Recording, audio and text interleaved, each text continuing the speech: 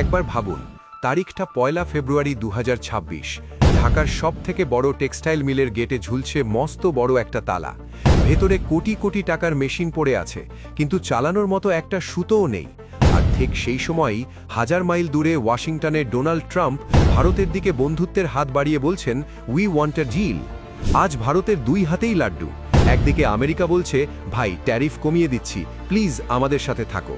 আর অন্যদিকে ইউরোপ নিয়ে এসেছে মাদার অফ অল ডিলস। কিন্তু এই সবের মাঝখানে আমাদের ঠিক পাশের দেশ বাংলাদেশে এমন একটা ঘটনা ঘটতে চলেছে, যেটা আগামী 5 দিনের মধ্যে পুরো এশিয়ার জিওপলিটিক্সকে টচনচ করে দেবে। আমেরিকার রণতরী বা আর্মাডা কেন ইরানের দোরগোড়ায়? আর ঢাকার অলিগলিতে কেন এখন একটাই আর্তনাদ, সব শেষ? পর্দার আড়ালের এই ভয়ঙ্কর খেলাটা আজ আমরা ডিকোড করব। দেখুন, একটা সময় ছিল যখন আমেরিকা ধমক দিলে ভারত ভয় পেত। ট্রাম্প বলেছিলেন ভারতের ওপর 500% ট্যারিফ লাগাবেন। কিন্তু আজকের ভারত চোখের দিকে চোখ রেখে কথা বলে।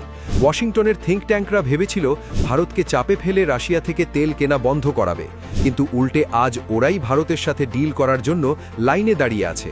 এটাকে বলে পাওয়ার, এটাকে বলে স্ট্র্যাটেজিক অটোনমি। আপনি যদি ভারতীয় হিসেবে গর্ববোধ করেন, যদি মনে করেন নতুন ভারত কাউকে ছেড়ে কথা বলে না, তাহলে ভিডিওটা এখনই লাইক করুন আর কমেন্টে লিখুন জয় হিন্দ, কারণ আসল খেলা তো এবার শুরু হবে।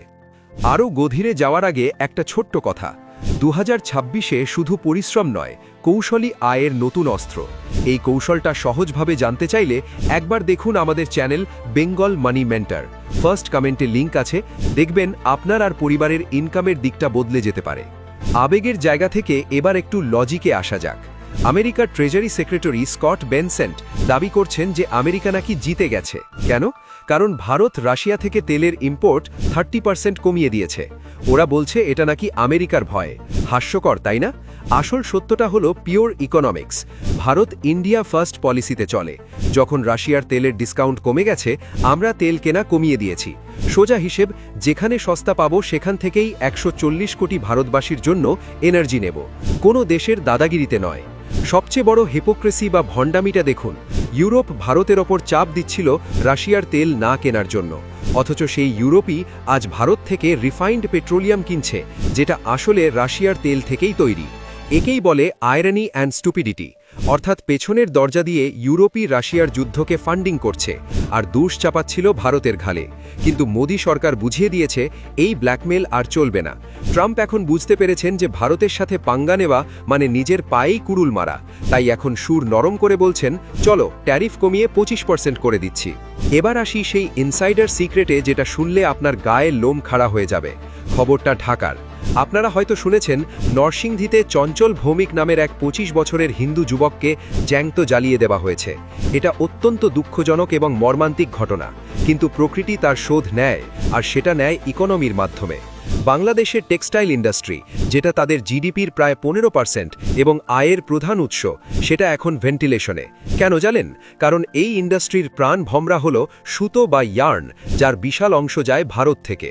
ভেতরের খবর হলো বাংলাদেশ সরকারের কাছে অফিসিয়াল লেটার চলে গেছে। তাতে পরিষ্কার লেখা আছে 1 ফেব্রুয়ারি থেকে বাংলাদেশের প্রায় সমস্ত বড় টেক্সটাইল মিল বন্ধ হতে চলেছে। কেন? কারণ তাদের হাতে কাঁচা মাল কেনার পয়সা নেই, শ্রমিকদের বেতন দেবার টাকা নেই, এমনকি কারেন্টের বিল মেটানোরও মুরদ নেই। একদিকে ফিনিশড প্রোডাক্টওয়ালারা ভারতের সস্তা আর ভালো কোয়ালিটির সুতো চাইছে, আর অন্যদিকে লোকাল মিল মালিকরা নিজেদের দামি আর বাজে সুতো গছাতে চাইছে। এই গৃহযুদ্ধে 1 ফেব্রুয়ারি থেকে ওখানের অর্থনীতিতে ধস নামতে চলেছে, যেটাকে বলে সেলফ গোল। অন্যের ক্ষতি করতে গিয়ে আজ তারা নিজেরাই অস্তিত্ব সংকটে। আর এর মধ্যেই খবর আসছে ইরান থেকে। খামেনি বাংকারে ঢুকে গেছেন, কারণ আমেরিকার আর্মাডা বা বিশাল নৌবহর এখন তাদের দোরগোড়ায়। ট্রাম্পের স্টাইলটা মনে আছে তো? তিনি বলে দেন না, তিনি সাইলেন্টলি গেম খেলেন। গতবার যেমন এক রাতে সব নিউক্লিয়ার বেস তছনছ হয়ে গেছিল, এবারেও হয়তো তেমন কিছুই হতে চলেছে। বন্ধুরা, জিওপলিটিক্সের চাকা ঘুরছে। একসময় যে আমেরিকা বিশ্ব শাসন করত, আজ সেই আমেরিকার নিজের ঘরই নড়বড়ে। একটা রিপোর্ট বলছে 1991 সালে যেমন সোভিয়েত ইউনিয়ন ভেঙে টুকরো টুকরো হয়ে গেছিল, আগামী দিনে আমেরিকার অবস্থাও নাকি তেমনই হতে পারে। ন্যাটো ইতিমধ্যে ভাঙনের মুখে। ছোট ছোট দেশগুলো আজ আমেরিকাকে চোখ রাঙাচ্ছে। এরকম এক অস্থির সময়ে ইউরোপিয়ান ইউনিয়ন বা ইইউ বুঝে গেছে যে বাঁচার একটাই রাস্তা, ভারতের সাথে হাত মেলানো। যে ডিল তারা গ্রিনল্যান্ড ইস্যুতে ফ্রিজ করে রেখেছিল, এখন ট্রাম্পের ভয়ে সুরসুর করে সেই ডিল আনফ্রিজ করতে চাইছে। একেই বলে মাদার অফ অল ডিলস। 26শে জানুয়ারির পর এই ডিল ফাইনাল হতে পারে। তো সব মিলিয়ে চিত্রটা পরিষ্কার, আমেরিকা অস্তগামী, বাংলাদেশ নিজেদের ভুলে খাদের কিনারে, আর ভারত এখন গ্লোবাল পাওয়ার হওয়ার রানওয়েতে ফুল স্পিডে দৌড়চ্ছে। পিকচার তো আভি বাকি হ্যাঁ মেরে দোস্ত।